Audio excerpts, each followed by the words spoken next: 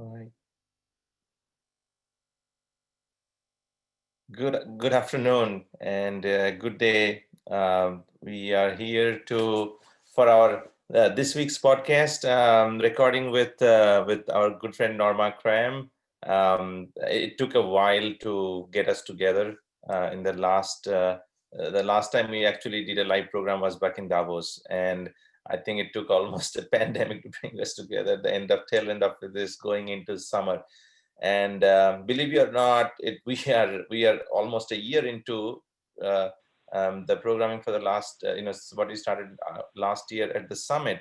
And this is the last program before the summit, before we start getting into the summit programming.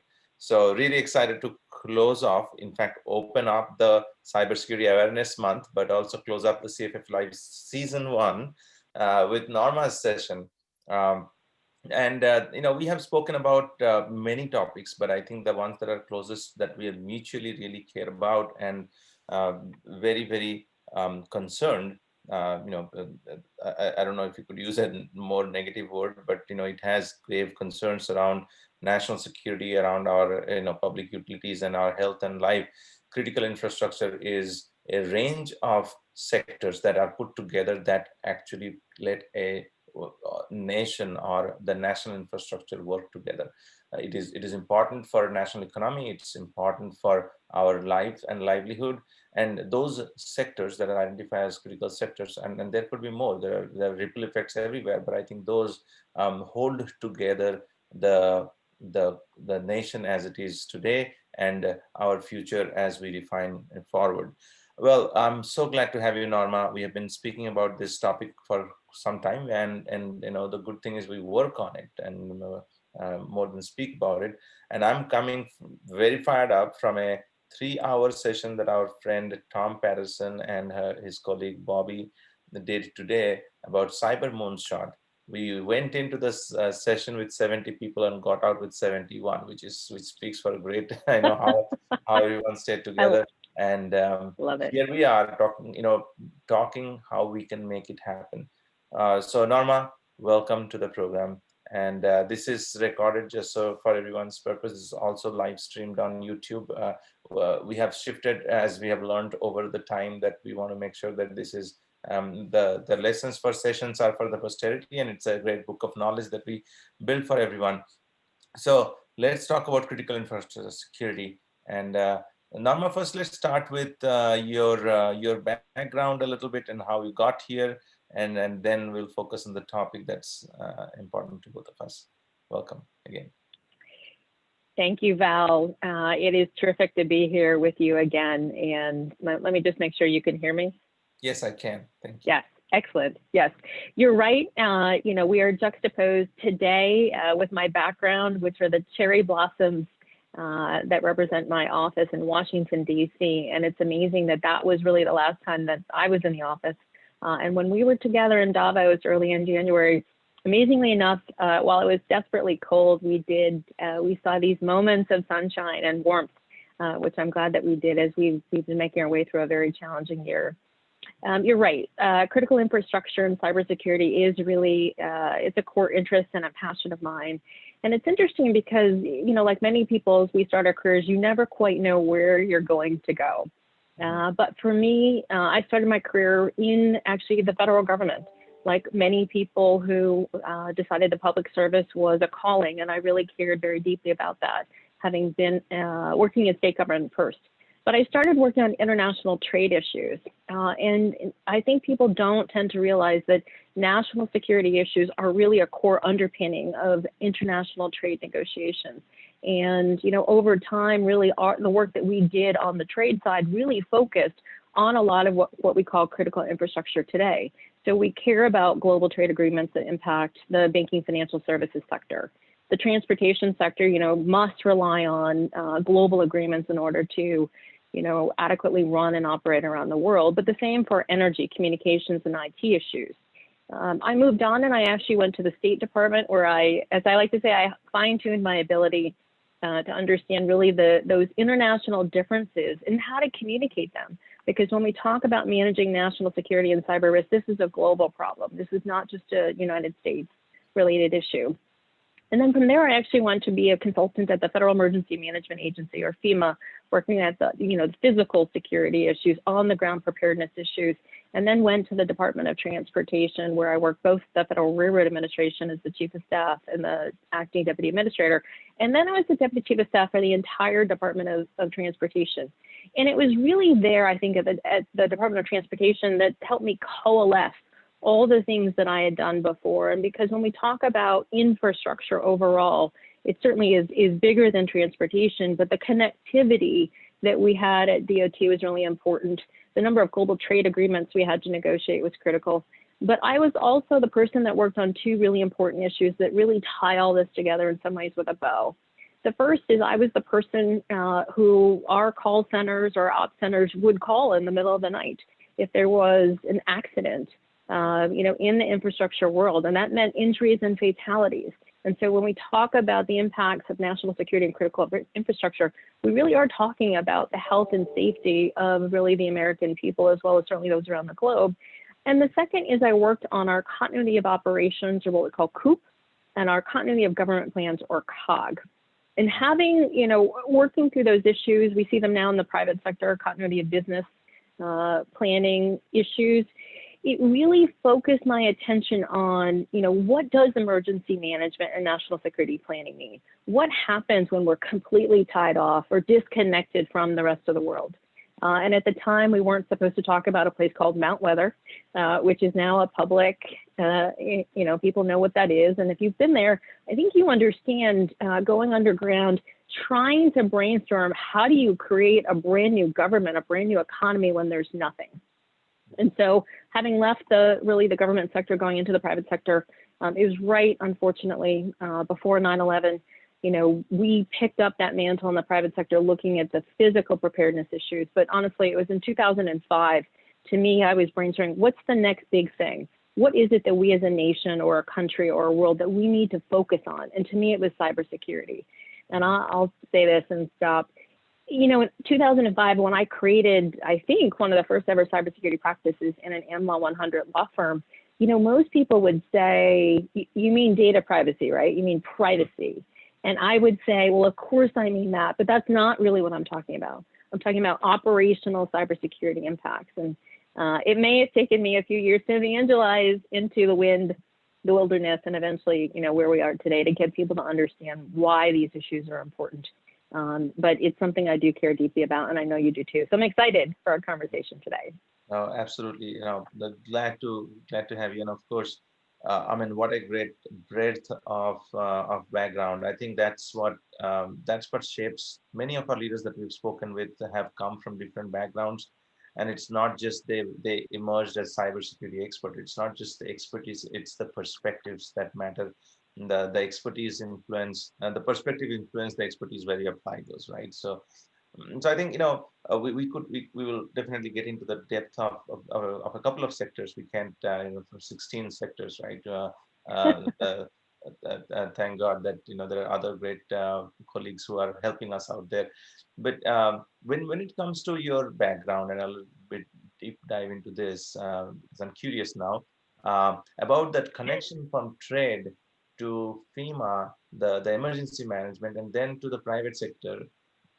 Where do you see the maturity level going? I mean, is it a maturity level over timeline, or it's a maturity level over sector and sector representation from a private versus public? I mean, might be a little bit convoluted question, but I'm curious because the entire industry and the society probably has evolved in cybersecurity awareness a little bit, and we're talking about cybersecurity awareness month this week, or this month.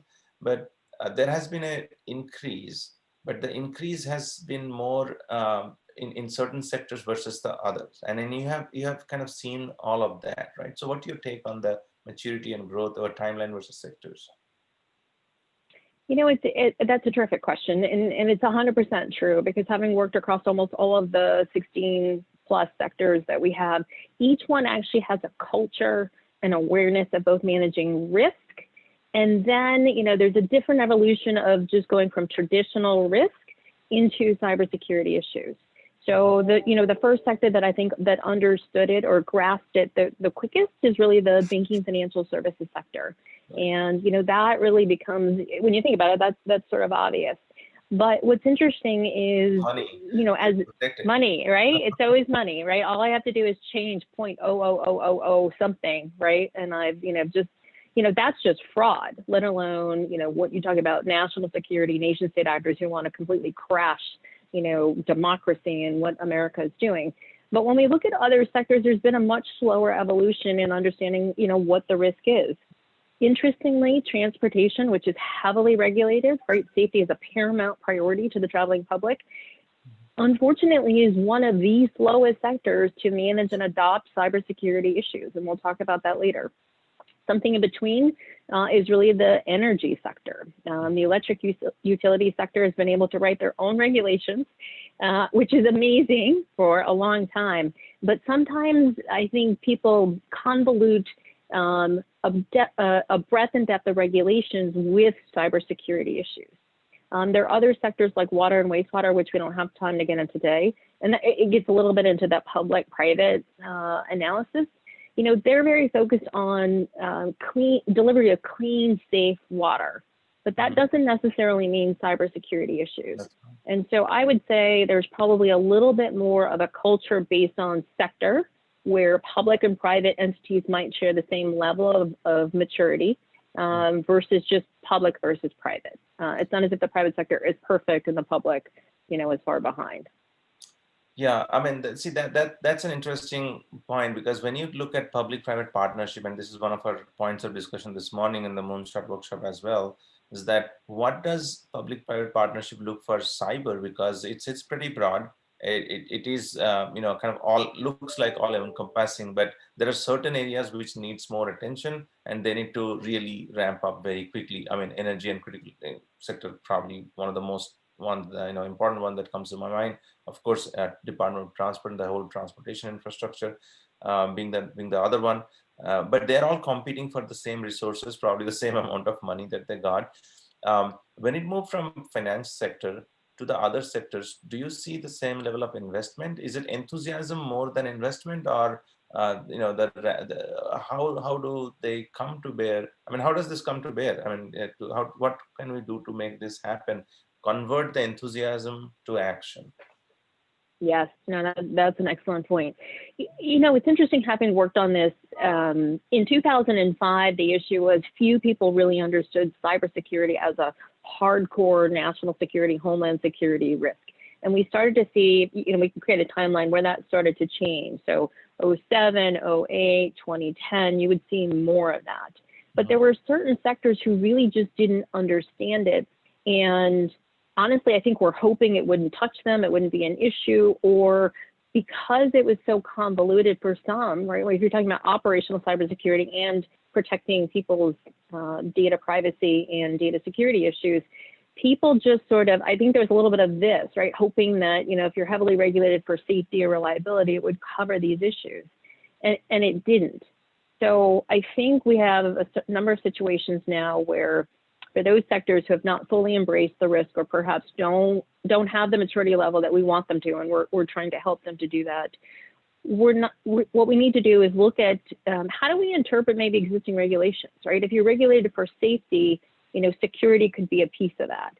But I think we actually, and I know I spent a lot of time on this, and you do too, you have to deconstruct cyber risk based on the sector itself. And you have to help people understand where it fits and what it means. And so if you're talking to the ONG world or the pipeline world, you can talk about, safety issues. You can talk about, they know what regulations for PSI are, right? If you're talking to a transit or a rail operator, you know what a crashworthiness standard is, right? Yeah. Let's talk about what cyber does in that. And the last thing I'll say is, I think there are well-meaning cybersecurity professionals that are offering services to different sectors. But the problem, I think, is they're trying to parachute in and say, I can fix any cybersecurity problem that you have, but they don't understand how a sector is built, run, operated, and secured. And If you don't understand that, you might actually be making it harder or a little bit worse than actually helping a sector. No, so you hit on a point that's very close to me. I have moved from sector to sector. I mean, pretty much every sector touched in my last 20 years working on whatever was called cybersecurity back then to what is called now. And we talked about you know lifting up ONG sector today together as well, right? So when I look at the differences, I think the differences are stark. There have been very few great leaders who have moved from one sector to another sector and be able to bring the learnings from, say, financial sector to healthcare to now to automotive and then to others. What do you? So let's get down to a little sector level discussion here in the next few minutes. Let's talk about finance sector because everybody points to finance sector and say, okay, they're the most mature. They got a 15, 10. Earlier you said 10 year, now so 15 year, like 5 year flashes by like this, right? You got 15-year head start on this one, maybe 20 more than that. There is, but they had the underpinnings of regulatory compliance that they built some of these structures around. Many of these programs came from AML and fraud programs.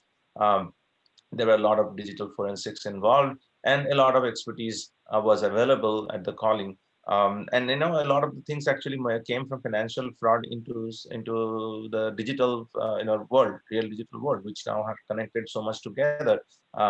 So what do you start from finance? Let's say, what are your takeaways from finance that are unique to finance and that can be taken over to other sectors as baseline? Very good question. And it's true. Being able to see best practices, tools across sectors, really helps me help other sectors. But I'll say this, the banking financial services industry really, in the beginning of time, so heavily regulated for AML, KYC, and fraud, right? The concept that someone wants to steal money for whichever purposes really trained, let's say trained per se, the sector in understanding how to look at and manage risk, right? But other things like anti-money laundering issues or even OFAC sanctions, right? How do you actually identify, who you're doing business with, who are your vendors, what is your supply chain, what is that connectivity? And then honestly, in the banking financial services sector, the technological innovation came on very quickly, right? We went from, when we had ATMs, people thought that was like the most amazing thing in the history of mankind, but it's a sector that has adopted new technology in a regulated sector and understands, I love my continuums, where are the gaps in the continuum, right? If I decide that I want to focus on new issues like fintech, right, or virtual or cryptocurrency, how does AML and KYC and sort of the current regulatory structure adopt to that? So I think this sector has done a very good job about saying, what is my mission? What am I supposed to do? And then that sort of regulatory umbrella, which comes from the United States, which comes from, individual states in the US, and then around the world, has made them create structures that have to go together, right? And so they're constantly having to also mesh cybersecurity regulations with privacy, for instance. So I'm not saying that the sector is perfect. What I'm saying is the sector looks, I think, more broadly at risk, whether it's traditional fraud or cyber, and they understand what it is that they have to protect and how they have to protect it. And I think mapping out those core assets, right? Where's the golden egg? How do you make sure that you protect it is something that they understand. And it's that, I think, that mindset that we have to take to other sectors. And one last thing that they really adopted early on, and that is sharing information about cyber threat indicators and defensive measures, right? Very basic cyber information sharing, through the FSI SAC. Their sector coordinating committee is very robust, and they've created a not so new structure where it's really mutual aid in the event there is a massive cybersecurity attack on the nation's largest banks. And that, when that concept came forward, was unheard of. But they did it with the regulators. They understood what the future looked like, and they created a model that works well in some instances before they were told to do it, right? Before they were mandated. And I think there's some pieces in there that are good lessons learned for other sectors. Right. So I think that sums up kind of financial sector got its bearing and from the risk management that they have around managing money and protecting other wealth and finance for everyone. I think that was the motivation. When you come to energy sector next, right? I mean, that's what I think one of the most critical ones that actually touches everybody's life. In fact, whenever I think about energy sector, I mean, Ted Koppel's Lights Out book comes to my mind instantly, as he wrote very, kind of emphatically about what all could happen and lights could actually go out. Even though there was a lot of conspiracy theories around EMP and all, now you don't need an EMP attack. All you need is a cyber attack, and it's not just an attack. I mean, I think you have worked across different sectors, and you probably have also kind of gone through this concept of sleeper cells for terrorism and all that's out there, right? That FEMA and all look for, and so do the law enforcement officials and intelligence community does. But there are sleeper cells in our energy infrastructure that's waiting to be woken up when the time is right for whoever the adversary is. And I think we have let that happen for a long, long, long time. And the very nature of energy sector is that, I mean, if you look at PNU, it's very domestic. I mean, grids are there, but they're all control valves and switches and electronics that's at least 10, 20, 30 years old. I mean, there was no concept of cybersecurity as we know it today. There were, but not massive today. Then a completely different sector, oil and gas, and the energy sector and renewable, if you can go there too. In oil and gas, we have the issue of being global, right? I mean, they're deployed everywhere. I mean, it's all it's American tech maybe, but it's deployed at places which can be easily compromised and connected back to the mothership. Then the third sector, renewable, where everything is foreign made. I mean, talk about PLC controllers. I mean, everything is. I mean, how many renewable energy tech companies are here? The renewable companies are here, but not the tech companies. And then that is a subject of a DOE securing the America's bulk power, kind of committee's agenda. But I think it's. I mean, we're talking about finance here, and now we are energy, right? So there you go. I threw a laundry list of things that you can opine on now. I love it. I love it. Well, let me just sort of go through a few issues for each one of those, because the energy industry is, incredibly rich and complex and very different in its approaches.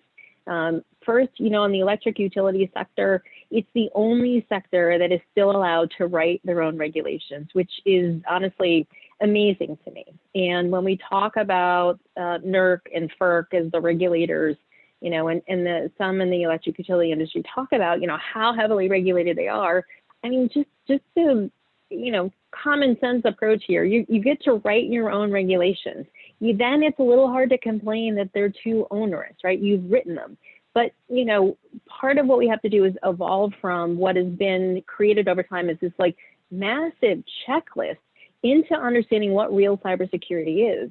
I mean, I had a conversation with one electric utility on the rural electric side, and they were talking about sort of workforce training and some of the NERC requirements. And they had an external consultant who told them they could put up a poster in the workroom that it was Cyber Month, and that counts as workforce training. So I'm not trying to be cute. Like, these are things that keep me awake at night. And I think there's an evolution here in what it means. Things like supply chain to the electric utility industry. Right, we started to see the same mandates that the administration put on the broader world about Huawei and ZT onto the energy sector. No one has ever looked at their supply chain, and nobody really kind of wanted to. The last thing I'll tell you about the electric utility world, too, is there's this push and pull between, do I have to spend that money? And I think there's a lesson learned here, and then I'm going to move on. And that is, when you are regulated for reliable delivery of service, maybe 15 years ago when I started my cyber career, really, as a full-time effort, you might not understand that cyber was a risk to reliable delivery of energy or electricity. But guess what? It is now. And so we have to get people involved through that process. It is complicated. I was just doing a big speech and training for NARUC, the National Association of Regulatory Utility Commissioners, to try and help them understand cyber and what it means. And, cost recovery is an issue we could talk about for forever. Mm-hmm. On the O&G side, kind of pipeline world, it's really interesting, and this because you live and breathe it. The companies in that space take cyber very seriously, but no one is actually the core regulator for them right now, right? We have safety regulators, we have different pieces. If you talk about Pipeline Hazardous Materials Safety Administration. There's, the industry is working hard, but there's an amazing number of gaps, and we really need to take a look at that, right? Because connecting everything just means it's easier for me if I want to do something bad. And if you want to do something bad to a pipeline, we've seen what happens when there are pipeline explosions, right? So, that's something we really need to work on. And then on the renewable side, you're right, 100% is really foreign made. And there are specific issues around countries of origin, which we're probably not going to get into today, but understanding where things come from, back to supply chain security, what does it mean? How does it work? And the biggest issue I have is when we talk about DER systems being connected into the grid, right? We talk about smart grid and kind of technological innovation, we get excited, but everyone should remember, I think it was in the '05 Power Act, when we created smart grid, we connected everything with no security. So smart is not secure. And I think we have to, again, raise the maturity level for people, because it just, I do worry about this sector, absolutely. Yeah, no, I think, when we compare and contrast two major sectors within critical infrastructure, you see how different they are. And that's why I have to reemphasize what you said in the earlier segment about they are different, needed to be differently addressed, and you cannot just parachute into it. You have to learn the sector to address their problem and their cybersecurity problem. So great, thank you. The other sector that we spoke about was transportation, right?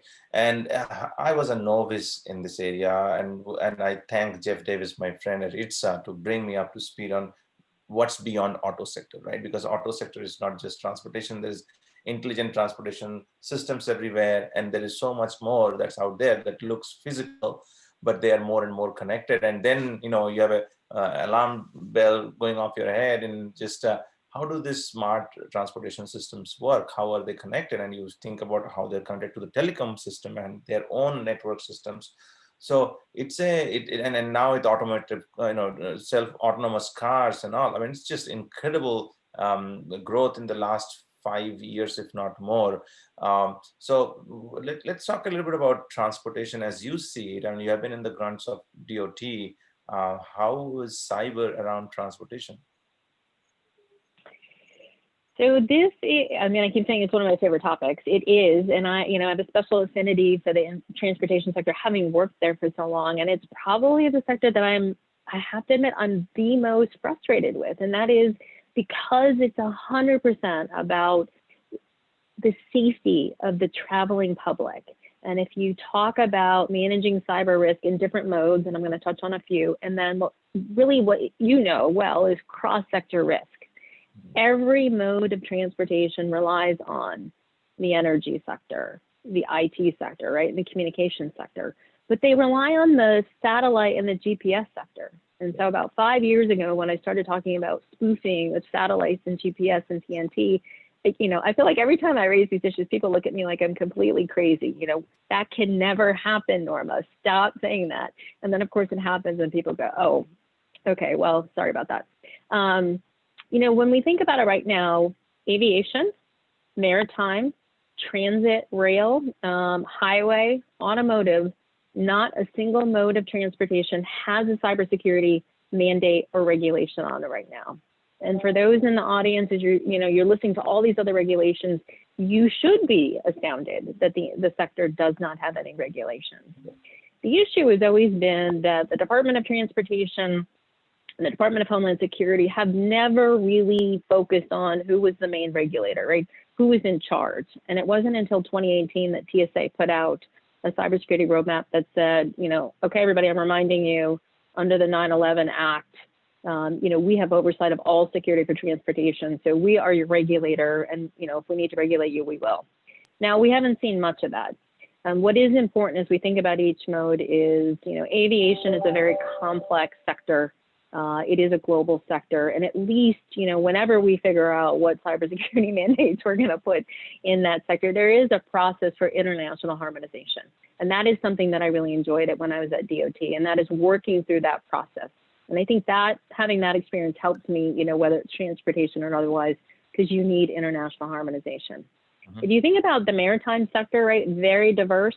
We do have things like the Maritime Transportation Security Act, or MTSA, but that's very narrowly focused just for maritime ports and for some vessels. But the issue is we're talking about autonomous ships, right? Just like autonomous vehicles. So I'm not sure that we should be allowing, you know, a ginormous autonomous ship if we don't have cybersecurity standards. Transit and rail is another big one, right? I mentioned crash worthiness standards. We know what happens when bad things happen. You know, if you have people traveling in, you know, like a DC Metro or, you know, with freight rail, but we don't have any cyber standards. And so the issue ultimately is that we very quickly, the railway, need to get the transportation sector maturity up. I'm not saying, as you listen to me talk, that I am a huge fan of regulations. I am, you know, let's say I'm Switzerland in that category. If you need them, you know, you have to protect people, but you don't need overreach. So the better thing I would always recommend is the transportation sector should find their own gaps, right? Go, you know, we know what mapping an asset looks like, and figure out how to manage your own cybersecurity issues and learn from each other. But we don't have that right now. And honestly, my fear is that something could happen. And of course, there will be a boomerang effect. The entire industry will be heavily regulated. You know, the one lesson learned, and let me stop, is we don't need, no one needs to pretend that cyber risk doesn't exist anymore. That just needs to stop. We have to understand it, we have to accept it, and we have to manage and mitigate it. It's no different than any other problem, except if you're talking about transportation or even healthcare, right? Medical devices, we are talking about the health and safety of people. And that's not something that people can ignore anymore. Well, and I think, you know, you just shed light on the massiveness of this sector, because, you know, financial sector, you got fintech, you got insurance, you got banking, you know, the three conversions, and then oil and gas, we talked about the three major areas, right? But when you dig into transportation, that's where people get to from one place to other. Of course, you know, we'll get out soon, but people still, you know, transportation is the means of connecting people. It's the lifeline of countries and nations, and lifeline of international trade. And there are legacy transportation sectors like shipping and all that's out there, but there are emerging transportation sectors. Okay, I'm not talking about, you know, our tourists into moon, but I would say there is an incredible amount of connectivity that's being developed due to satellite communication. And then I'll just make a quick comment here about, I found that International Space Station Research Development Conference is probably one of the biggest conferences there. And I submitted a little cybersecurity title, and I was unceremoniously shown the door. And then I realized that this is not a place where people want to talk about cybersecurity, because there are more important things to do. That was funny. It was just an experiment. I said, let's see, you know Val, if you know him. I mean, I just go take these positions at very silly positions at places that I'm not welcome, and this is one of the places that I was not. And the other one that I've been trying to break through is the satellite communication, micro satellite communication. There has been, like, Starlink, of course, one of the most prominent out there, but there are others. And I found this startup called Swarm. They have $60 cards that are being stuck across the cubes and thrown upwards to spread internet all over the place. I think a great concept. In fact, I reached out to the founder, Sarah Spermanglo. I hope we can get her on program sometime. But I think there is a completely different set of connectivity of telecommunication and transportation coming together that we have to pay attention to. So maybe a full day segment on this on our summit. But I think this throws the light in the last 15 minutes that we talked about the three different sectors and their subsectors and the critical nature of that they've kind of play in our daily lives. It's just incredibly important. When let's talk about a couple of things now in terms of takeaways, right? So when you see the growth in financial services, I think there have been not only there is an appetite for kind of addressing risk management in different ways, but also a great amount of leadership support, right, from the C-suite and the board. I mean, JP Morgan Chase, I remember, famously threw out $500 million for the cybersecurity program, and that's just the cybersecurity program. But then there are people that are doing it across the board. I don't see, somebody probably needs to take this very lofty position about, okay, we are going to spend this much and show the road for the others. So what do you think some of the takeaways are that we can from this conversation that we can take to the leaders who need to follow or implement some of these? So, this is the number one question and really a core issue for any entity, right? Public or private. And that is engaging the C-suite, whoever is running the organization, to understand cyber risk in an easy to understand way. I talked about cyber as an enterprise risk management issue 10 years ago, and, there was a glazing over, but I think things have started to change. So it's really this. One, for those who are managing cybersecurity issues, you have to speak in a common sense, easy to understand way to your board of directors or whomever to explain the systemic nature of the risk, right? Because they understand risk. And if you can do that in a way that they'll understand and embrace, then they'll understand that it's not as if they'll give you $500 million and then you're done, right? Not Go everything, away of for the course. next 20 years. It's not going to happen. But the issue is that most people don't understand it. And we have to take away this sort of fear that people don't understand it and the inability to explain it and pretend that magically people will meet in the middle, right? So we have to talk through that. Now, there are external pushes that, help change that. The Securities and Exchange Commission, when they made clear that directors and officers would have personal liability to manage their cybersecurity risk, and, cyber disclosures were core, that started to change a lot of issues, but only for publicly traded companies. Mm-hmm. But it's just about establishing cyber as, whatever your top risks were before, you're just going to add one more. It's never going to go away. And the way to manage it, though, is when you talk about new technology and innovation, talk to the leadership of whomever to say, we have this new technological innovation, but we're going to embed security in it, right? So I'm not saying anyone's going to fix the problem overnight, but make sure you're building new things, right? You're embedding security in it. But when you're talking about what type of budget needs you have, right? Because everyone's looking for the shiny object. Yeah. Getting budget for the shiny object so it's secure, I think, helps also people see what that value is. And the last thing I'll say is, again, 5 years ago, a lot of people would say, it's never going to happen. That's like a nice Homeland episode on TV. Thanks for the movie episode. But I think more people are seeing what's happening.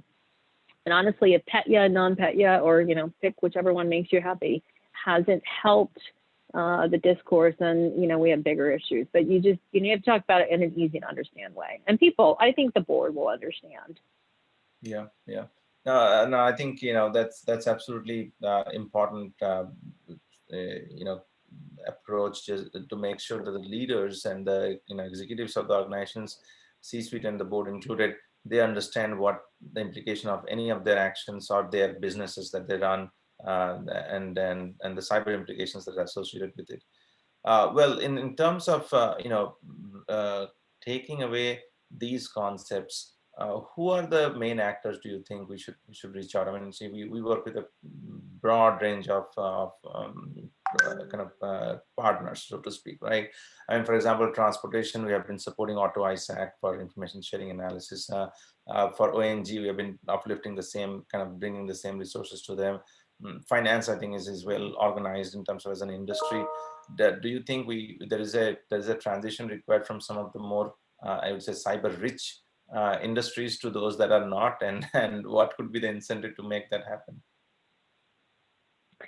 I think we have to continue doing both, right? I think for those who are maybe at the top of their cyber maturity game, they're continuing to innovate, and I think we want to be partners to them as they do that, because helping them identify gaps just makes what they do better. And then we can take those, again, I always say, take the best practices, take what they're doing, and then let's go talk to those who have just not hit the maturity level, not that like you and I need, but like the universe needs. And what I'd really like to leave those with is, you don't have to be afraid of cybersecurity, right? There are many who still say, well, I can't talk about it publicly because I'll have a bullseye on my back. The bad guys will find me. And I don't mean to laugh when I hear that, but the bad guys know that you're not focusing on it. You already have, a bullseye on your back, and they're probably already sitting in your system. So, we don't have to be afraid of it. We just have to I go back to understand it, manage it, and work on it because it's not going to go away. So maybe debunking the fear factor is important. And the one thing I would say, maybe the second major issue is, let's not make it up. We don't have to make it up. We don't have to start all over in the transportation sector and talk about, SCADA systems and operational cyber. And we absolutely do not want people who understand just data security giving advice on the operational safety of a implantable medical device or an airplane, right? Let's understand where there are lessons learned, but we have to make sure that people understand that these are different things. And I understand that cyber is a sexy issue that everybody wants to play in, but it's not, this is not playtime, right? This is not like make it up as we go. We're really talking about people's lives, injuries and fatalities, especially in infrastructure, and we need to make sure we do it right. Well, no, I love it. I think that the way you summarized, I mean, we have got the attention of many right now. I think it can be many more, but understand it, manage it, and work on it. I think those three are actual very good call to action that we can take away from here. Well, very good. Well, thank you, Norma. This has been a very informative session. We have had, I have had the good fortune of talking with you and learning more from you all the time, but I hope this adds to the body of knowledge that you're putting together. This session started with your background, and then probably some can take inspiration from this, especially younger people who are trying to look for a career in cyber. And also, as we concluded, for the leaders who are trying to make a difference and actually make an impact, they understand it, they manage it, and they work on it. It needs continuous action. And from today, we will work on making sure that we take those to heart and actually put this in action. And we'll have this as definitely a big topic within our summit. And Norma, you're welcome again. Thank you for your support, for joining us today. Thank and you. Every time we get together, it's more inspiration and knowledge. So great to have you. Thank you, Val. Yeah. All right. And thank you for letting me celebrate Cybersecurity Month with you. Absolutely. We kicked off this month with you, and we'll have a big platform in the summit at the end of it. We'll actually conclude with you also at the summit because it's 28th to 30th. It's at the end of the month. Excellent. I love it. Yep. Very well. All right.